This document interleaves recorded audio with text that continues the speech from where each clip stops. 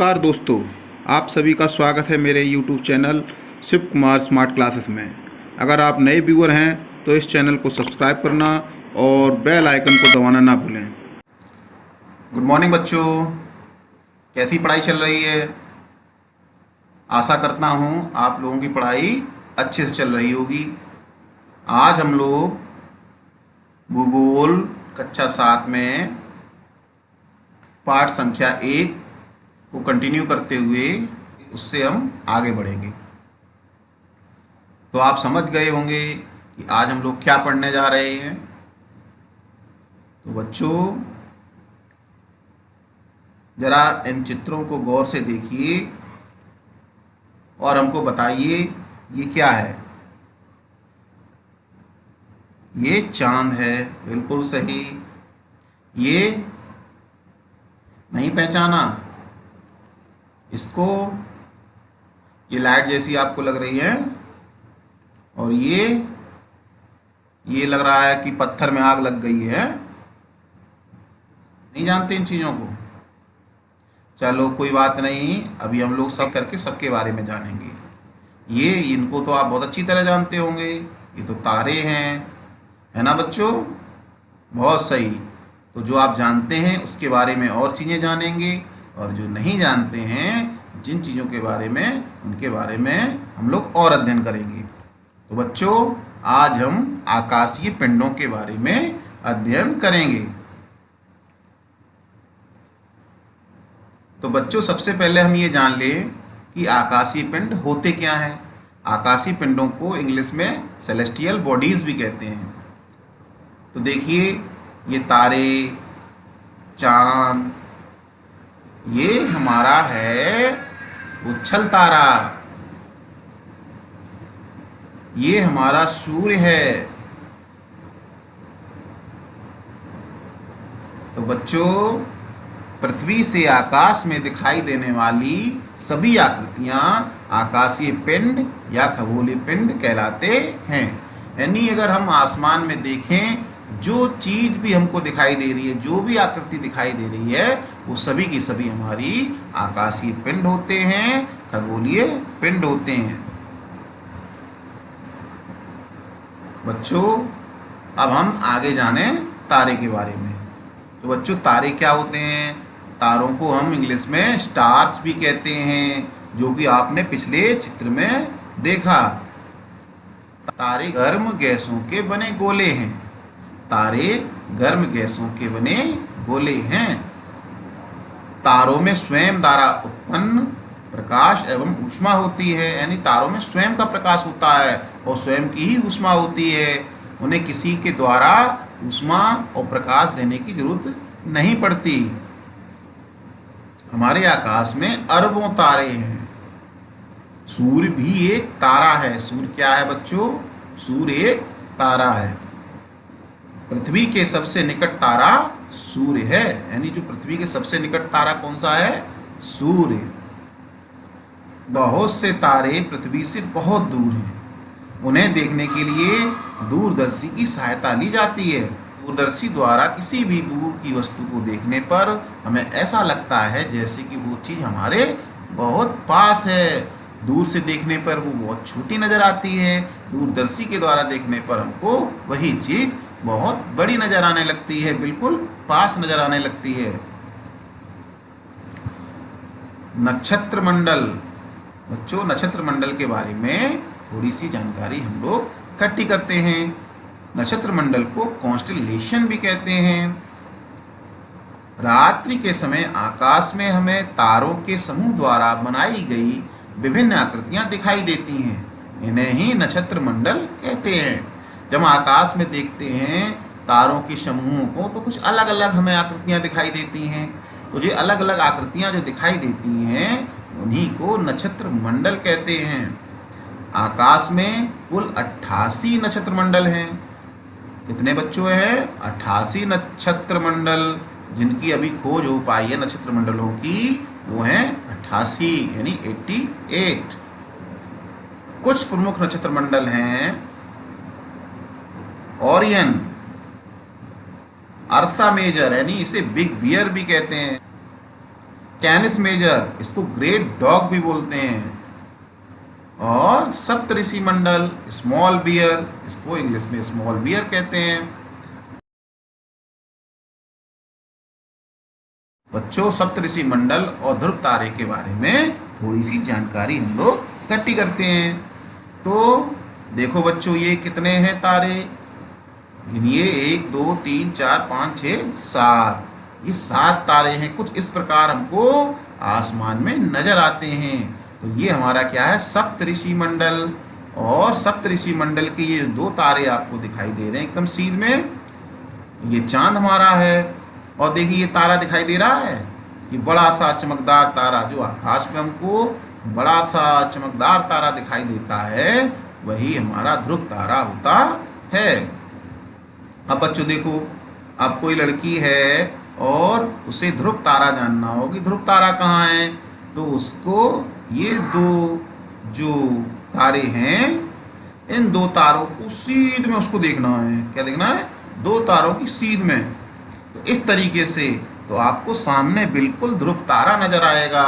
और ध्रुव तारे की खासियत क्या होती है बच्चों, ध्रुव तारे की खासियत होती है कि वो हमेशा उत्तर दिशा में निकलता है।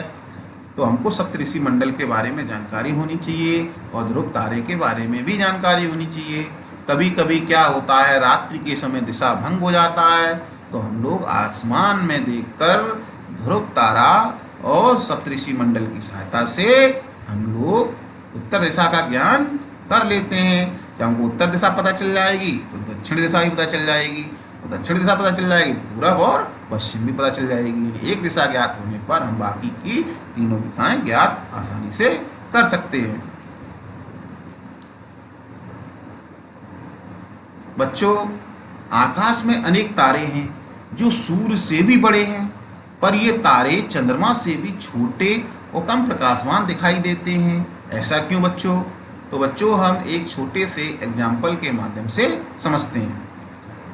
मान लीजिए एक लड़की है, ठीक है बेटा, अब इसको ये एरोप्लेन दिखाई दे रहा है, ये एरोप्लेन दिखाई दे रहा है बच्चों, देख लो ध्यान से, और एक ये एरोप्लेन दिखाई दे रहा है। तो बताइए दोनों में से कौन सा बड़ा नजर आ रहा है? तो आप कहेंगे पहला वाला, ये वाला बड़ा दिखाई दे रहा है, और जो ऊपर है ये हमारा छोटा दिखाई दे रहा है। जबकि एरोप्लेन के साइज तो बराबर ही हैं, जो ये एरोप्लेन है वही ऊपर वाला एरोप्लेन है, लेकिन ये एरोप्लेन हमारे पास में है, इसके लिए ये हमको बड़ा दिखाई दे रहा है। और ये वाला एरोप्लेन जो है हमारा दूर आसमान में उड़ रहा है, इसलिए हमें छोटा दिखाई दे रहा है। कहने का मतलब, कोई वस्तु जब हमसे दूर होती चली जाती है और धीरे धीरे वो जितनी दूर होती चली जाती है, धीरे धीरे वो उतनी ही छोटी नजर आने लगती है। इसी प्रकार हमारे आसमान में भी बहुत से ऐसे तारे हैं जो सूर्य से भी बहुत बड़े हैं, पर उसके बाद भी ये हमसे, हमारी पृथ्वी से बहुत अधिक दूर होने के कारण ये हमको छोटे दिखाई देते हैं और कम प्रकाशमान नजर आते हैं। समझ में आया बच्चों? इसको देखो बेटा, ये कौन सा चित्र है? ये देखिए बड़ा सा एक पत्थर का टुकड़ा नजर आ रहा है आसमान में बीच में, है ना? तो ये है बेटा क्षुद्र ग्रह, इनको एस्टेरॉइड्स भी बोलते हैं। तो क्षुद्र ग्रह क्या होते हैं बच्चों? मंगल एवं बृहस्पति की कक्षाओं के बीच असंख्य छोटे छोटे पिंड पाए जाते हैं। ये सभी सूर्य की परिक्रमा करते हैं, इन्हें क्षुद्र ग्रह कहते हैं। यानी जो क्षुद्र ग्रह होते हैं ये सूर्य की परिक्रमा करते हैं और मंगल और बृहस्पति की कक्षाओं के बीच पाए जाते हैं। ये कितने असंख्य, यानी कि कोई गिनती नहीं है कितने हैं। कभी कभी ये एस्टेरॉइड्स जो भटक जाते हैं अपनी दिशा से, अपनी परिक्रमा कर रहे हैं उस कक्षा से, तो कभी कभी ये हमारे लिए घातक भी साबित हो सकते हैं। खगोलविदों के अनुसार क्षुद्र ग्रह ग्रहों के टुकड़े हैं जो करोड़ों वर्ष पहले विस्फोट से बिखर गए थे। भूतकाल में करोड़ों वर्ष पहले विस्फोट हुआ होगा और विस्फोट से ये छोटे छोटे टुकड़े बिखर गए हैं, और यही जो है हमारे क्षुद्र ग्रह कहलाते हैं। ये देखो बेटा क्या है? देखिए ये है हमारा उल्का पिंड, इसको मैक्रोइड्स भी कहते हैं।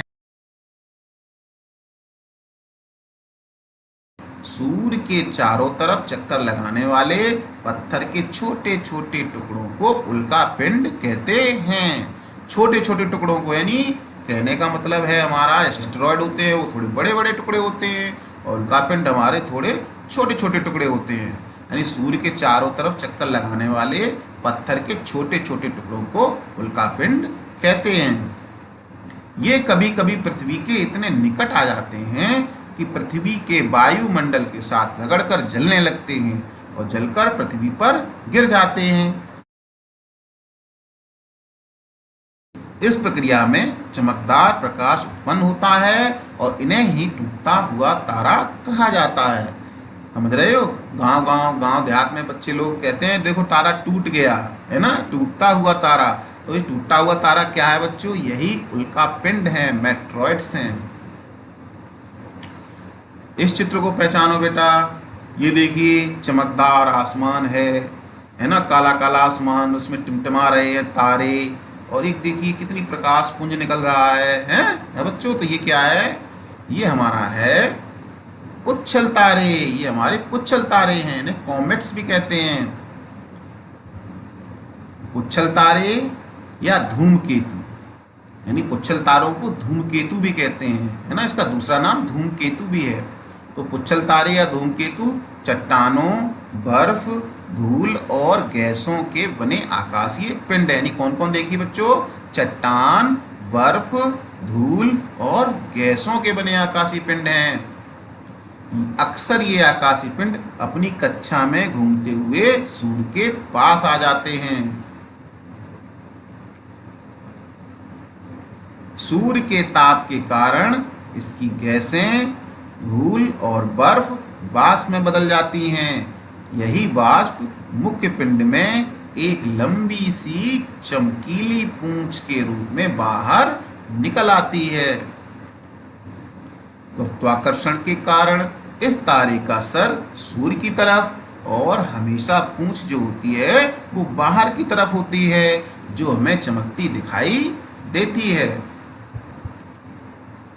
बच्चों ये देखो, ये है हमारी कुइपर बेल्ट। अब थोड़ा सा कुइपर बेल्ट के बारे में हम लोग जानकारी इकट्ठा कर लें। तो कुइपर बेल्ट, इसे कुइपर मेखला भी कहते हैं हिंदी में और इंग्लिश में कुइपर बेल्ट बोलते हैं। तो यह नेपच्यून के पार सौरमंडल के आखिरी सिरों पर एक तस्तरी के आकार की विशाल पट्टी है। जैसा कि हमने अभी चित्र में देखा था, ये क्या है? नेपच्यून जो हमारा आखिरी ग्रह है उसके पार, यानी इसको वरुण भी कहते हैं। वरुण हमारा आखिरी है, इसको इंग्लिश में नेपच्यून बोलते हैं। तो बच्चों नेपच्यून के पास सौरमंडल के आखिरी सिरों पर एक तस्तरी के आकार की विशाल पट्टी है। तो ये विशाल पट्टी जो होती है ना, इसी को हम कुइपर बेल्ट बोलते हैं। इसमें असंख्य खगोलीय पिंड उपस्थित हैं जिनमें कई बर्फ से बने हैं। यानी इस कुइपर बेल्ट में जो है असंख्य खगोलीय पिंड हैं और जिनमें कई तो बर्फ से बने हुए हैं। धूमकेतु इसी क्षेत्र से आते हैं, यानी कुइपर बेल्ट से ही धूमकेतु आते हैं। कहाँ से आते हैं?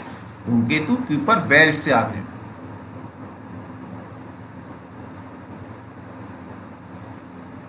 बच्चों आज हमने आकाशीय पिंडों के बारे में, क्षुद्र ग्रहों के बारे में और हमने उल्का पिंडों के बारे में, पुच्छल तारे के बारे में और कुइपर बेल्ट के बारे में हम लोगों ने जानकारी हासिल की। और बच्चों अगले वीडियो में हम लोग सौरमंडल के बारे में पढ़ेंगे। सौरमंडल यानी हमारे सूर्य का परिवार। तो अगला वीडियो देखना ना भूलें। अगला वीडियो हमारा है सौर परिवार का, पूरे सौरमंडल के बारे में हम लोग जानकारी इकट्ठी करेंगे। यह वीडियो देखने के लिए बच्चों धन्यवाद। Thanks for watching. इस वीडियो को अधिक से अधिक शेयर करें जिससे और बच्चे भी इस वीडियो का लाभ ले सकें।